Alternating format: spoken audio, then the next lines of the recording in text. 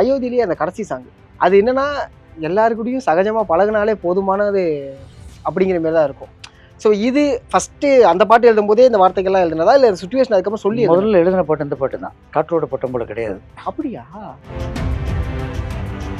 ஒரு இயக்குனர் என்ன முடிவு பண்ணுறாரோ அதுதான் பாடல். என்ன அதனால் நம்மளா வந்து முந்திக்கிட்டே சொல்லக்கூடாதுன்னு நீங்கள் முடிவு பண்ணுறதா சார். உங்களுக்கு சரியில்லைன்னா சொல்லுங்கள், நான் மாற்றலான்னு. சரியில்லைன்னா சொல்லணும்னா இந்த பாடல் ரொம்ப நல்லா இருக்குது, இந்த பாட்டை நான் அப்படியே எடுத்து இறுதி காட்சியில் நான் அந்த இடத்துல அதை அப்படி சொடக்கு போட்டு தான் சொன்னார் அவர்.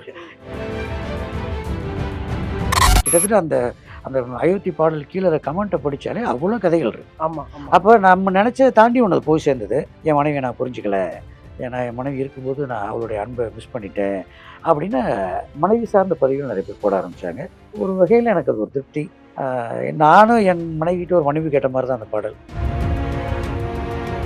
அது மாதிரி அவன் நல்லா அவர் ஒரு பேட்டி எடுக்க போயிருக்கார் முத்துக்குமார் அண்ணன்.